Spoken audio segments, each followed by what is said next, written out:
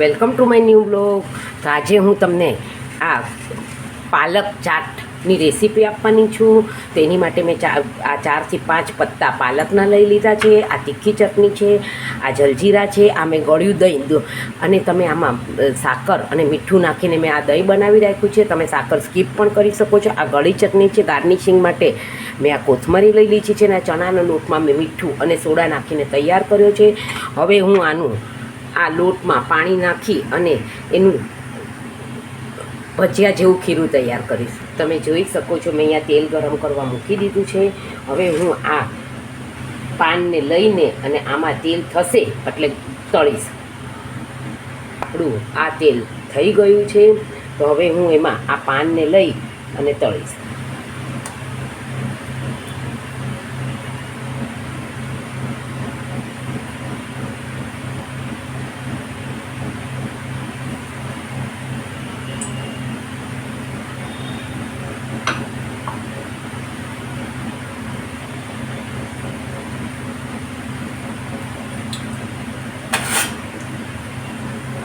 આ હું એને મીડિયમ ગેસ ઉપર કરીશ. તમે જોઈ શકો છો આપણું આ એકદમ ડ્રાય તૈયાર થઈ ગયું છે. હવે હું એવી રીતે 4 થી 5 તળી અને પછી એને ગાર્નિશિંગ. તમે જોઈ શકો છો આપણે આ પાલકના ભજીયા તૈયાર થઈ ગયા છે. હવે એને આપણે ગાર્નિશિંગ કરીએ. તો હવે મેં આ લઈ લીધું છે. હવે હું એની ઉપર સૌથી પહેલાં ચાટ મસાલો નાખીશ. પછી આ તીખી ચટણી નાખીશ.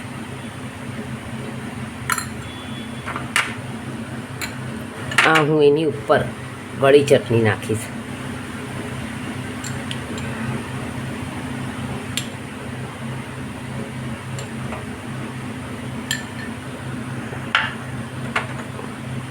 ને આ મેં જે દહીં બનાવી રાખ્યું છે મીઠું અને સાકરવાળું એ નાખીશ.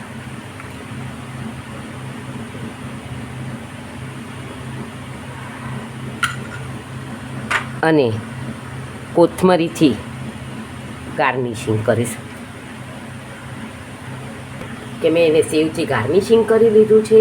તો એકદમ જ સરસ થઈ ગયું છે અને આ બહુ જ ફાઇન લાગે છે. અને આ ઇઝી વેથી ઇન્સ્ટન્ટ પણ બની જાય છે. અને ઘરમાં બધું જ આપણે જો પાલકની ભાજી લઈ આવીએ છીએ તો ઘરમાં બધી જ સામગ્રી તૈયાર જ હોય છે. તો thank you for watching my video. Like, share and subscribe. C you tomorrow.